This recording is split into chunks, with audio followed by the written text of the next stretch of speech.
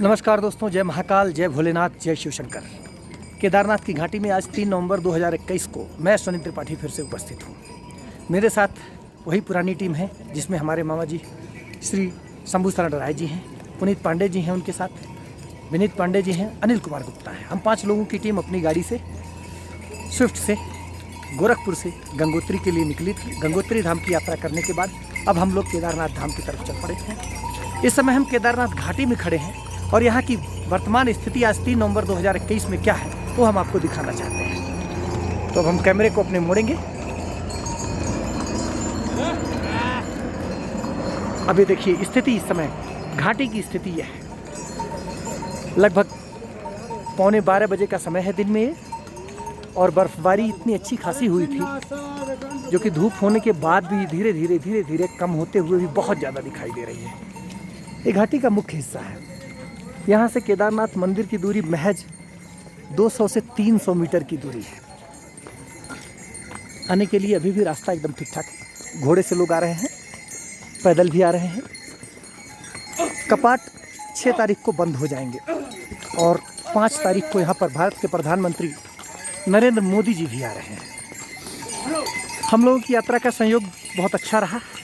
वैसे तो यात्रा में 4 धाम इस बार यात्रा करना था, लेकिन यमुनोत्री को समय अभाव के कारण हमें काट देना पड़ा, क्योंकि केदारनाथ आना अति आवश्यक था। गंगोत्री से मामा जी को जल भरना था, और बद्रीनारायण की यात्रा हम लोग कभी काटते नहीं, क्योंकि बद्रीनारायण जो है सब धामों में सबसे श्रेष्ठ धाम माना जाता है। हमारे शास्त्र ऐसा कहते हैं। यहाँ पर देखिए स्वामी विवेकानंद चैरिटेबल हॉस्पिटल बना हुआ है। छोटे छोटे कैंप बने हुए हैं जहाँ पर लोग आकर के रह सकते हैं। ये देखिए, ये बेस कैंप है।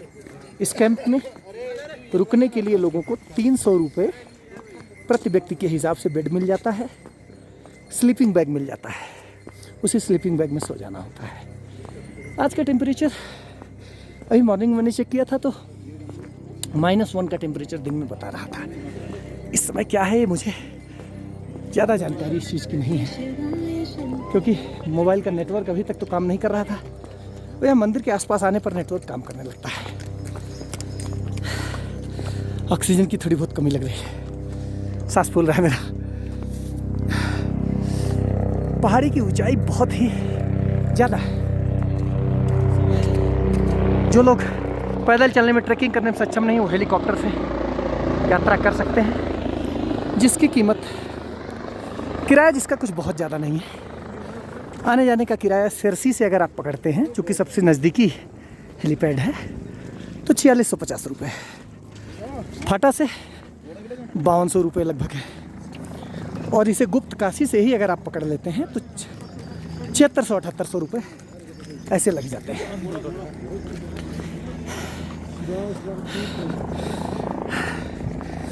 पीछे देखिए ग्लेशियर,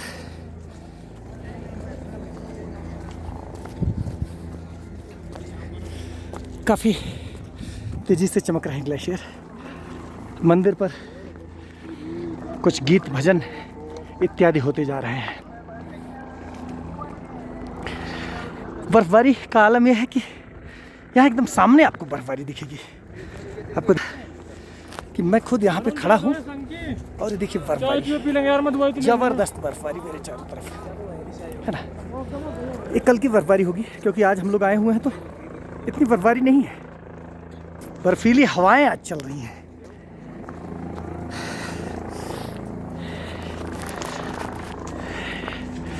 अब आप लोग सोच रहे हैं मंदिर क्यों नहीं दिख रहा है। वो देखिए दूर जो थोड़ी सी बस्ती दिख रही है वही मंदिर है। मैं दौड़ करके आपको दिखाता हूँ, क्योंकि मैं भी थक गया हूँ। हिम्मत आने के तो घोड़े से आया हूँ, लेकिन घोड़े से आने के बावजूद भी पैदल चलना यहाँ बड़ा मुश्किल होता है, बहुत आसान नहीं है। हालांकि 2016 में पहली बार मैं पैदल आया और पैदल गया। फिर मैं 2017 या 18 में आया, मुझे 18 में आया तो मैं घोड़े से आया पैदल गया। 19 में आया मैं घोड़े से आया पैदल गया।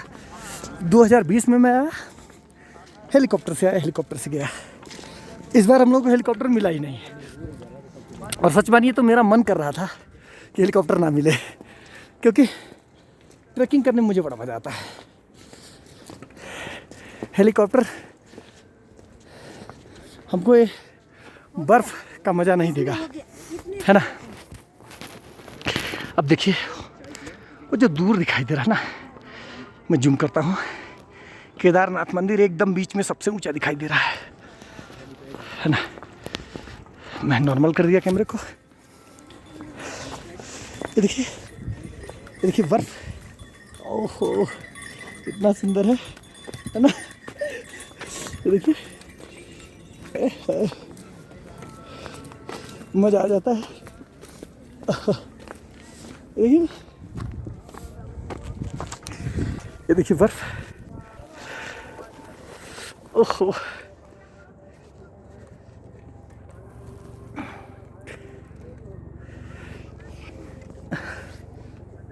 देखिए ना।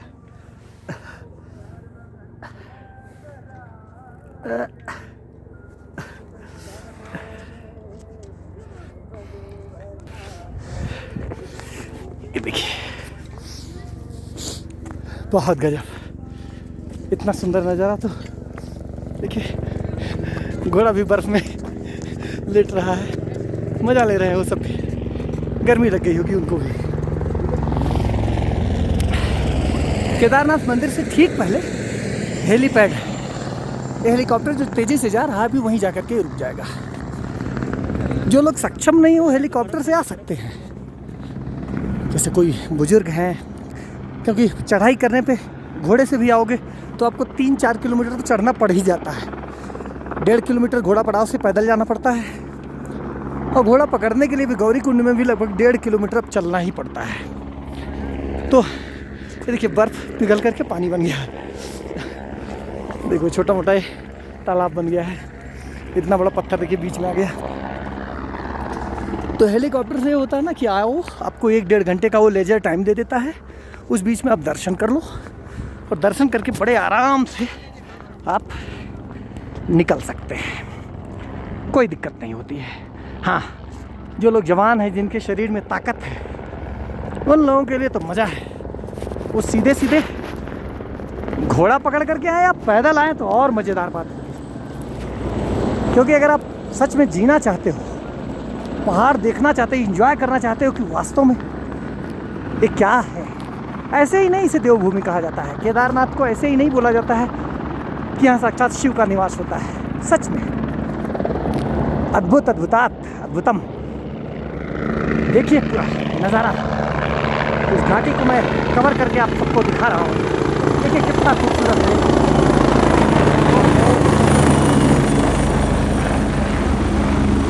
और गवर्नमेंट ने वाईफाई की व्यवस्था कर दिया है यहाँ पे ना, बड़े आराम से आपको यहाँ पे अच्छा खासा नेटवर्क मिलेगा। आप यहाँ से लाइव हो सकते हैं, यूट्यूब लाइव हो सकते हैं, फेसबुक लाइव हो सकते हैं, मज़ा आ जाएगा। ये देखिए मैं बहुत दौड़ नहीं सकता, थकान भी लग रही है, फिर भी ये तो स्थिति ऐसी है देखिए कि जब कपाट बंद होने वाले हैं उस समय भी केदारनाथ में इतनी भीड़ है, यहाँ लोग आ रहे हैं। देखिए ज़्यादातर आपको युवा वर्ग दिखेगा। सनातन धर्म में पहले मान्यता ये थी कि लोग अपने जीवन के सभी कार्यों से निवृत्त होकर 4 धाम की यात्रा पर जाते हैं, लेकिन ऐसा नहीं, कोई भी आ सकता है। कर्म कांडों के लिए, पितृ तर्पण के लिए इत्यादि के लिए 4 धाम की यात्रा अपनी उम्र पूरी करके लोग आते थे। उसके कई कारण होते थे। माता पिता के मृत्यु उपरांत ही आते थे, जिससे उनके पूर्व के पितरों को और उनको भी आप पिंड दान दे सके और उनको मुक्ति का मार्ग प्रशस्त कर सके। ये देखिए इधर बर्फ ही बर्फ है।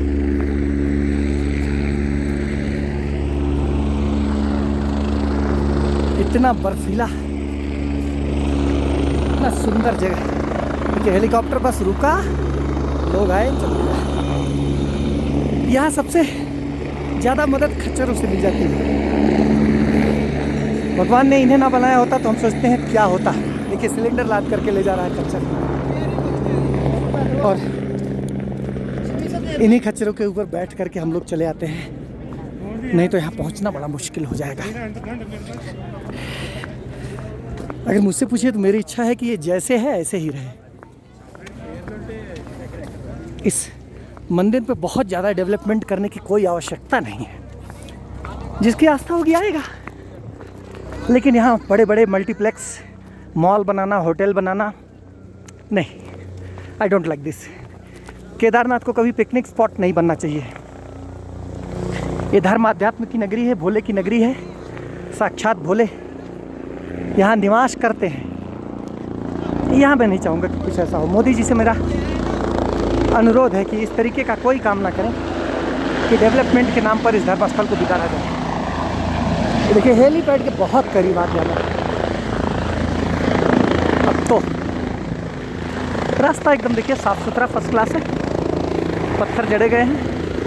2013 में जब भूकंप वो आपदा आई हुई थी तो ये सब बह गया था। उसी के बाद 3 साल बाद 2016 में मैं यहाँ पर आया था, तब भी स्थिति बहुत ख़राब थी। लेकिन यहाँ जैसे जैसे आ रहे हैं हम देख रहे हैं स्थिति, देखिए यहाँ से केदारनाथ मंदिर 500 मीटर की दूरी पर दिखाई। मंदिर के आसपास भी रहने के लिए आपको हट मिल जाएगी, लेकिन बहुत बहुत ठंडक रहता है। रात में सांस भी फूलने लगता है, लेकिन कोई नहीं, रहने वाले रह सकते हैं, है ना। अब हम अपना वीडियो बंद करेंगे। आज के लिए इतना ही। एक बार अच्छे में